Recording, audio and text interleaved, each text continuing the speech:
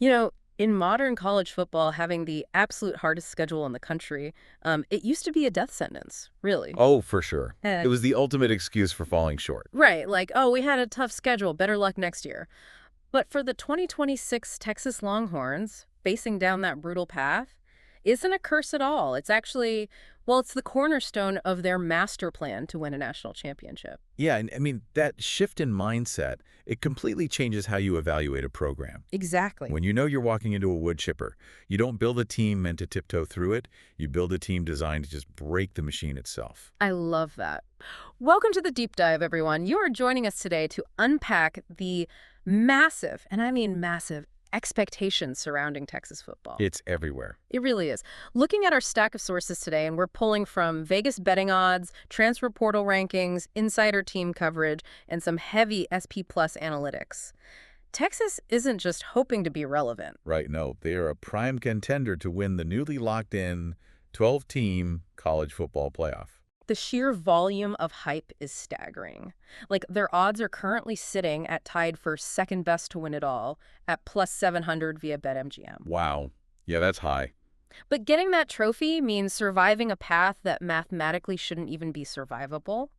So the goal of our deep dive today is to explore exactly how a team goes from a strong 2025 finish to reverse engineering a roster just for this 2026 run. Yeah, because it takes a lot of moving parts. We're talking a massive coaching ideology shift, elite portal acquisitions, and, the mental evolution of a star quarterback living under the brightest spotlight in sports. Okay, let's unpack this, because before we look at the internal makeup of that roster, we really have to map out the external threat they're facing. Yeah, the context of their schedule is, like, the only way to understand the urgency of this coaching staff. Right, so let's look at the numbers. According to ESPN's SP Plus metric, Texas faces the #1 hardest schedule in the entire country for 2026. Number one, out of everyone. Literally everyone. They play 8 teams currently sitting in the SP Plus top 25. That's just a gauntlet. It's insane. It includes a massive non-conference matchup against #1 Ohio State and Austin. Oh, man. Yeah, and then they dive right into the SEC heavyweights. We're talking number 15 Tennessee, number 12 Oklahoma, number 19 Florida. And it doesn't stop there. Nope. Number 16 Ole Miss, number 20 Missouri, number 10 LSU, and number 9 Texas A&M. Yeah, that lineup is relentless. I mean, playing a top 20 team almost every single week creates this compounding physical toll. Absolutely. And you can see how that immense external pressure is shaping the culture in Austin. Like, head coach Steve Sarkisian has been so combative in the media this offseason. Yeah, insiders are even calling him Salty Sark. Right, salty Sark. Because he's been taking these spicy shots at other teams' schedules. He essentially said his backups could probably run the table in some softer conferences. Which is wild to say out loud. But he openly admitted he's borderline obsessed with winning a national title after falling short recently. He wants his players walking onto that field with a massive chip on their shoulder. Exactly. But wait, I have to push back here. Imagine you're playing a video game and it's permanently stuck on boss rush mode. Oh, yeah, that's a good way to put it. Right. Like, I look at Ohio State and 7 SEC heavyweights and I see a disaster waiting to happen. Is the schedule this brutal actually a good thing? Doesn't it just physically break a team down before the playoffs even start? Well, if we connect this to the bigger picture, the math of the 12-team playoff era changes everything. How so? Under the old 14 model, yes, this was terrifying. One loss and you're out.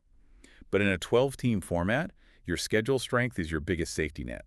Ah, okay. Yeah, so a 10-2 or even an 11-1 record against the #1 toughest schedule is practically a guaranteed ticket to the dance. You're probably hosting a first-round game. So the margin for error is wider for the win-loss record. But surviving a 9-game SEC schedule means you have to build a totally different kind of roster. Precisely. You can't just have a great starting 22. The war of attrition means you need exceptional depth, especially in the trenches. Which brings us perfectly to the biggest liability Texas had to fix, the offensive line. Oh yeah, they had to address that. Right, because surviving that war requires a bomb shelter. And in 2025, that line was like a leaky roof. The Florida game is the perfect example. Oh, that game was rough to watch. They gave up 6 sacks and a dozen hits on the quarterback in that one game alone. It was total breakdown, physically and schematically. So general manager Brandon Harris and the coaches pivoted.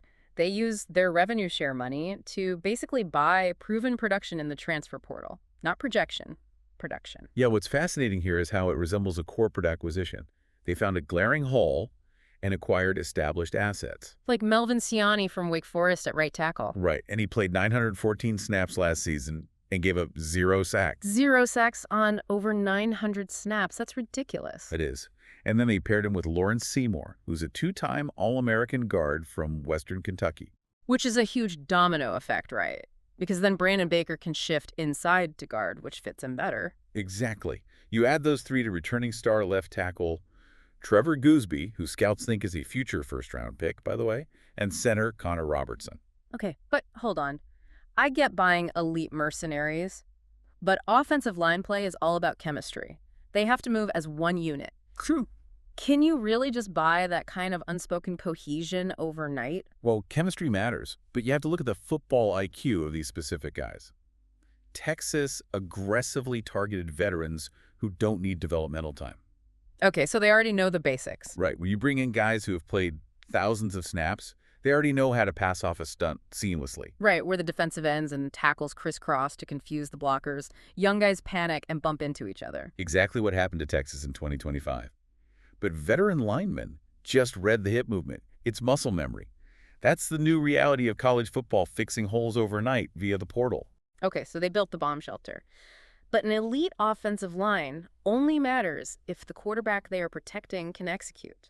Yeah, it all comes down to the guy under center. Which brings us to the evolution of Arch Manning. The center of gravity for the whole program. Right. He's returning for 2026, even though he's a potential first-round NFL draft pick. Sarkisian even teased that he wouldn't be surprised if Arch stayed 2 more years. He loves the college game, and his NIL endorsements are massive. But his 2025 season was a total roller coaster. Oh, heavily up and down. I mean, the stats look good. Yeah. Over 3,100 yards passing, 36 total touchdowns, 26 passing, 10 rushing. But the stats hide those severe mental hurdles early on. Yeah, he skipped wide open passes. Yep. Against UTEP, he threw 10 straight incompletions and was getting booed. Booed by his own crowd. And he was battered black and blue in that Florida game we mentioned. Here's where it gets really interesting, though, the mental toughness. Yeah, that was the turning point. After all those bruises from Florida, he didn't miss a single snap of practice. He earned his teammates' respect. Because true leadership isn't given based on a famous last name. It's earned through adversity. He led a 17-point comeback over Mississippi State and then went full Superman in the Citrus Bowl against Michigan. He really did. But I have to ask, is he actually ready to carry Heisman expectations? Or are people still just projecting greatness because his last name is Manning? Well, his growth is real. But more importantly, look at the elite arsenal they surrounded him with. Oh, the weapons are insane. Yeah, like Auburn transfer wide receiver Cam Coleman. 93 catches, 1,306 yards, and 13 touchdowns in 2 years. With bad quarterback play at his old school. Exactly. Add in tight end Michael Masunas from Michigan State and versatile running backs like Raleek Brown and Hollywood Smothers. So how does adding a guy like Coleman change things for Arch? It changes the whole geometry of the field.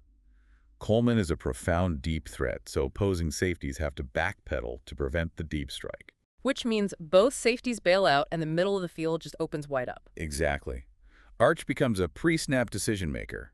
He sees the safeties bail, and he instantly knows the underneath routes are open before the snap. He doesn't have to play hero ball anymore. Right, the rebuilt line gives him a clean pocket, the receivers stretch the field, and his confidence just takes over. Okay, but offense only sets the floor. Scoring 40 points a game doesn't matter if your defense gives up 41. Defense raises the ceiling. You need both to win a title. And to do that, Texas needed a massive ideological shift on defense, which led to a shocking coaching change. Firing Pete Kwiatkowski was a huge deal. PK is highly respected. But there was a fundamental philosophical divide. PK favored a prevent defense with off coverage whenever they had a lead. Yeah, lining DBs up 10 or 15 yards deep to prevent the big play. But that just bleeds yards. Elite SEC offenses will take a 5-yard completion every single down and march right down the field. It costs them late in games. Sarkisian knew they couldn't just bend and not break anymore, so he brings in Will Muschamp. Coach Boom. Coach Boom, who hasn't been a primary play caller in a decade. Right, but he immediately institutes this hyper-aggressive, attack-minded system. Our sources show a heavy reliance on double A-gap pressures. Yeah, lining up 2 linebackers right next to the center, threatening to blitz straight up the middle every play. It is chaos for the offensive line. But to make that work, you need absolute monsters up front, so they hit the portal again. They sure did. They brought in nose tackle Ian Jeffrard from Arkansas. He is 6'5" and 387 pounds. 387 pounds. That is incredible. He's a human roadblock. Yeah, and his size is a tactical weapon. He demands a double team from the center and a guard. Which means one of those A-gaps is wide open for an elite disruptor. Right, like Pitt transfer linebacker Rasheem Biles. He had 17.5 tackles for loss last year. He just gets a straight line, unblocked path to the quarterback. Yeah. They also added Rutgers corner Bo Masco to join returning stars like edge rusher Colin Simmons and safety Jelani McDonald. And Muschamp is already moving Simmons all around the front to create mismatches. They're going to need that right away, too. This defense will be tested in the Red River rivalry against Oklahoma's dual-threat quarterback John Mateer. Yeah, they want to win that game for the third straight year. But wait, let's talk about the vulnerability here. Trading a conservative sedan for a high-speed sports car with no brakes. That's essentially what they did. Right. Doesn't Muschamp's hyper-aggressive style leave the secondary on an island? Aren't they super vulnerable to big plays against elite SEC offenses? This raises an important question about the modern SEC. It is a risk-reward calculation, but in today's game, you have to create negative plays. Like tackles for loss and sacks. Exactly. You have to get elite offenses off the field. The additions of a massive anchor like Jeffrard and a disruptor like Biles are specifically designed to force third and longs. And when it's third and long, the advantage shifts back to your defense.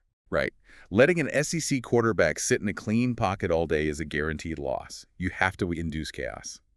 So what does this all mean when we put it together? It's a masterclass in roster building. It really is. Texas is a title favorite because they didn't rest on their laurels. They identified specific failure points. O-line protection, quarterback maturity, and defensive passivity. And they ruthlessly upgraded them using the portal and coaching changes, specifically to survive this brutal boss rush schedule. They engineered a machine. But that leaves us with one final provocative thought for you to mull over as you watch this season. Oh, let's hear it.